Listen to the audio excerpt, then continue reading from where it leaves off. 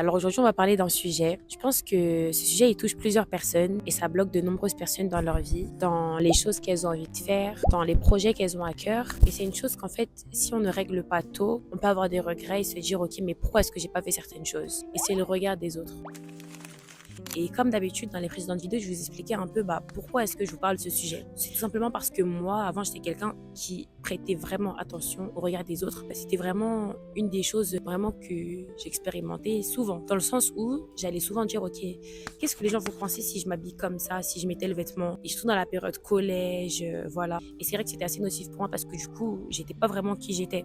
Comme j'avais peur du regard des autres et je voulais plaire aux gens, j'allais me comporter de sorte à ce que les gens puissent m'accepter. Du coup, ce que j'ai compris, c'est que, en fait, quand tu t'occupes du regard des autres, tu essaies de devenir une autre personne. Et ça va faire que, du coup, les personnes que tu vas attirer, ça va pas être des personnes qui seront comme toi, qui t'aimeront pour qui tu es vraiment. Ça va être des personnes qui seront intéressées par la version fausse de toi, la version que tu as créée, la version que tu as créée sur mesure pour des personnes qu'au final, tu considérais même pas, tu vois. C'est normal que tu auras peur du regard des autres. C'est normal que tu te poses des questions sur toi, sur qui tu es et que du coup, tu essayes de te fondre dans la masse si tu ne connais pas vraiment qui tu es.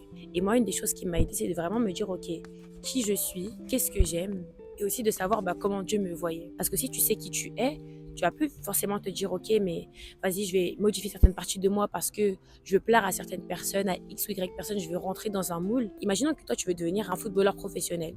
En fait, les personnes qui sont déjà à ce niveau-là vont jamais te juger parce que tu es en train d'essayer de faire ça, tu vois. Donc, il faut que tu te dises que, ok, est-ce que je veux prendre en compte le jugement de personnes qui sont même pas à un quart de là où je veux être, ou est-ce que je vais prendre en compte le jugement de quelqu'un qui, lui, il est déjà là où je veux être? Et une personne qui est là où elle va jamais te dire, ah non, n'essaye pas, parce qu'elle-même, elle sait que pour arriver là où elle a commencé. N'importe qui est là où il a commencé quelque part. Et cette personne-là, elle va jamais te juger parce que tu commences. D'ailleurs, depuis quand est-ce que c'est devenu aussi cliché de commencer quelque chose? On n'arrive pas du jour au lendemain au sommet, donc c'est normal de commencer. Et les personnes qui sont là-haut vont te dire la même chose. Elles vont jamais te critiquer parce que tu essayes. Souvent, on a peur du jugement des gens, mais parce que justement, on veut faire certaines choses qui vont peut-être sortir de la norme. Et je pense que quand tu fais ces choses-là, il faut que tu saches, ok, pourquoi est-ce que je les fais? Et moi, en réalité, c'est parce que j'ai envie d'obéir à Dieu. Et quand du coup, je me mets dans ma tête que, ok, ces choses que je fais, c'est pas pour les gens. Donc, peu importe ce qu'ils disent, ça va pas, ça n'a pas le droit de m'affecter parce que je le fais pour Dieu. Donc, est-ce que, genre, je préfère désobéir à Dieu pour plaire aux hommes? Ou est-ce que je veux plaire aux hommes et du coup dire à Dieu, là pour l'instant, la vie des hommes, il est trop important pour moi. Et ça, c'est un exemple que vraiment, je peux vraiment vous citer parce que c'est vrai que quand j'étais à l'école, j'étais quelqu'un, j'avais peur de pratiquer ma foi. Dans le sens où j'étais en mode, quitte à me faire accepter des autres, je vais cacher un peu le fait que je ne veux pas faire certaines choses ou que je ne peux pas dire certaines choses parce que pour moi, ma foi, elle est importante. Et du coup, j'allais mettre ça de côté juste parce que j'avais peur de ce que les gens puissent me rejeter. Alors que en vrai, c'était pas ça la chose à faire. Si par exemple, demain, tu as envie de devenir un acteur de renommée, dis-toi que, ok, si je fais ça, c'est parce qu'il y a un objectif. Et moi, je sais c'est quoi l'objectif derrière. Mais les gens là qui rigolent, qui regardent et que je pense qu'ils me jugent, mais eux, ils savent pas c'est quoi la vision. Et il y a un verset, c'est un verset qui dit que la vision, tu dois l'écrire et tu dois la garder près de ton cœur. Ça veut dire que, dans tous les cas, déjà la vision, tu dois l'écrire pour toi, pour pas l'oublier. Ça va te permettre que, ok, s'il y a des doutes, s'il y a des jugements, s'il y a des regards, le regard des autres, ça va pas te distraire. Parce que les regards là que tu perçois souvent, c'est une distraction pour t'éloigner de justement là où tu dois aller. Alors que normalement, ça doit être tout droit. Tu as reçu la vision, tu dois l'écrire et tu dois faire en sorte que chaque jour, tu ailles un peu plus proche de cette vision, tu vois. C'est qu'un regard, c'est un regard. Moi, là, si je suis en train de te regarder, mais est-ce que dans ta tête, tu es en train de te dire, ok, elle me juge? Est-ce que tu es en train de te dire, ok, elle pense ça de moi? Non. Peut-être que tu le penses, je sais pas, mais en tout cas, si tu le penses, c'est toi qui l'as décidé. Parce que moi, à la fin, tu sais pas ce que je pense quand je te regarde.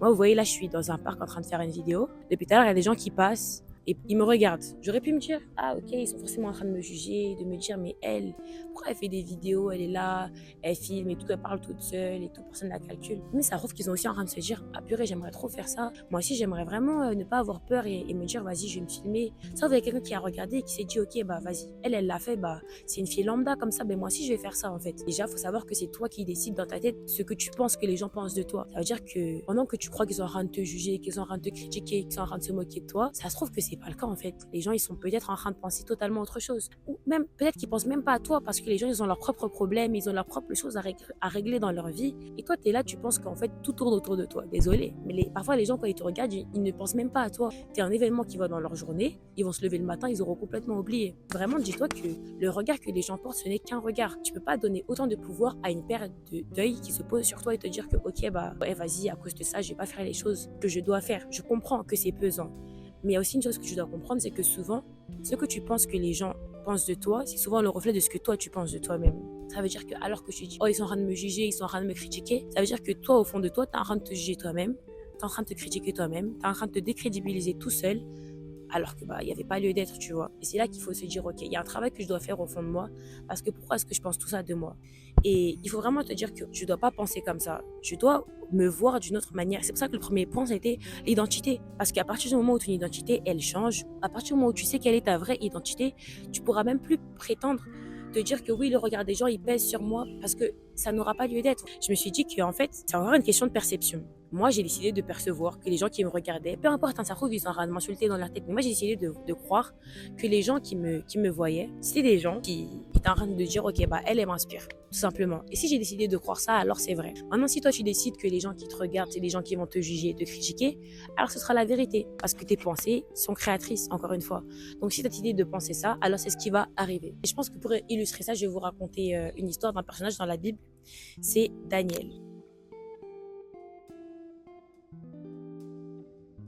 Daniel, en fait, c'est quelqu'un, c'est un peu comme quelqu'un qu'on a pris de son pays, on l'a emmené dans un autre pays. On avait sélectionné des garçons qui étaient, voilà, intelligents, qui étaient beaux, etc. On voulait les mettre au service du roi d'un autre pays. Et donc, ce qu'on a fait, c'est qu'on les a mis à part avec d'autres personnes de différents pays. On leur a dit, ok, bah, vous allez manger ce que le roi, il mange, vous allez faire ce qu'il vous dit. Et en fait, Daniel était avec d'autres de ses amis. Et lui, il voulait pas, en fait, faire ça. Il voulait pas manger la nourriture qu'on lui avait donnée, qu'on lui avait dit de manger, parce que cette nourriture, elle était consacrée à un Dieu qui ne servait pas. Lui, il servait à un Dieu, il servait l'Éternel. Il voulait pas, du coup, manger une nourriture qui était consacrée à un autre Dieu, parce que lui, c'était pas dans ses principes, c'était pas dans ses valeurs. Et donc, quelqu'un qui a peur du regard des gens, il aurait pu se dire, ok, non, on est avec plein de gens, et surtout, bah là, on est devant le roi. Comment devant le roi, je vais faire autre chose que ce que le roi veut que je fasse? Et du coup, lui, il a décidé que, ok, non, je ne vais pas manger cette nourriture. Et il a ramené ses amis avec lui dans ça, il a dit, ok, on va pas manger cette nourriture-là.